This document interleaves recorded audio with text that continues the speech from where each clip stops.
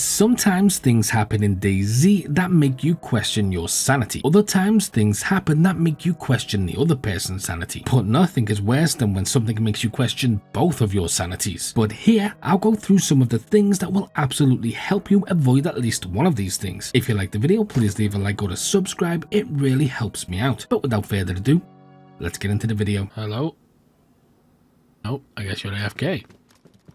Well then, we're gonna play a game. If you're building a base and chopping down trees, don't chop them all the way. This will lead players right to you because these trees will stay down until the server reset. Instead, be tactical. Try and pick larger trees and don't cut them all the way down. This will give you a good supply while still keeping the tree standing and not revealing your base location to any passerbys, because there's nothing worse than when poorly erected wood reveals your intentions. Gotta find a better way to work that. Next, always be cautious around ladders, especially near bases. Ladders are notorious ambush points in DayZ, and many players, myself included, love setting traps at the top of ladders. Before you climb, take the time out to scope the area. When you near the top, go slow and be on high alert for any signs of an ambush. When it comes to water, a smart trick is to avoid purifying water in small containers like bottles. Instead, save your purification tablets for larger containers such as cooking pots. This way you purify a lot more water using fewer tablets, which is far more effective in the long run. It might seem like a small detail, but in DayZ, every resource counts. And although there are 10 water purification packets spawning at any one time, they can be harder to find than the floor plans of the Fritzl residence. Don't ignore the usefulness of a gas grenade. Most players will just run away from a gas ball the second it hits. However, keeping one on you is a great way to be prepared for two huge situations. The first one is campers. I can't even count the amount of times I've used one to clear out buildings, because in the open they can run anywhere, but inside a building they have to run to whatever exit you likely have covered, and quickly.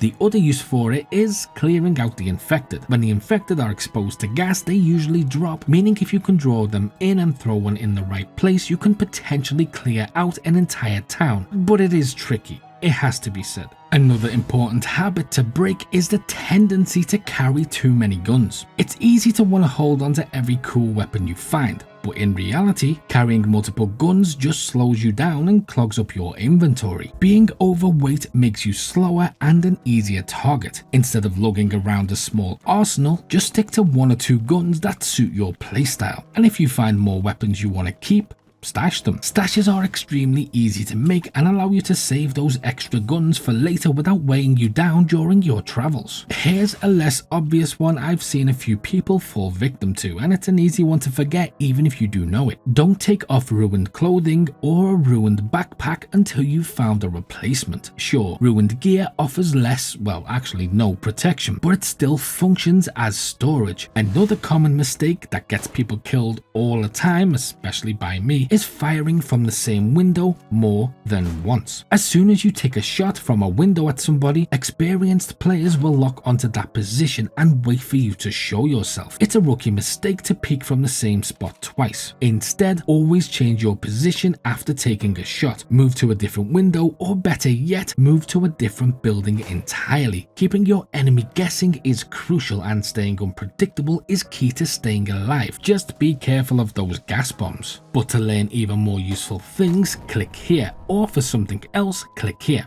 And as always, until next time.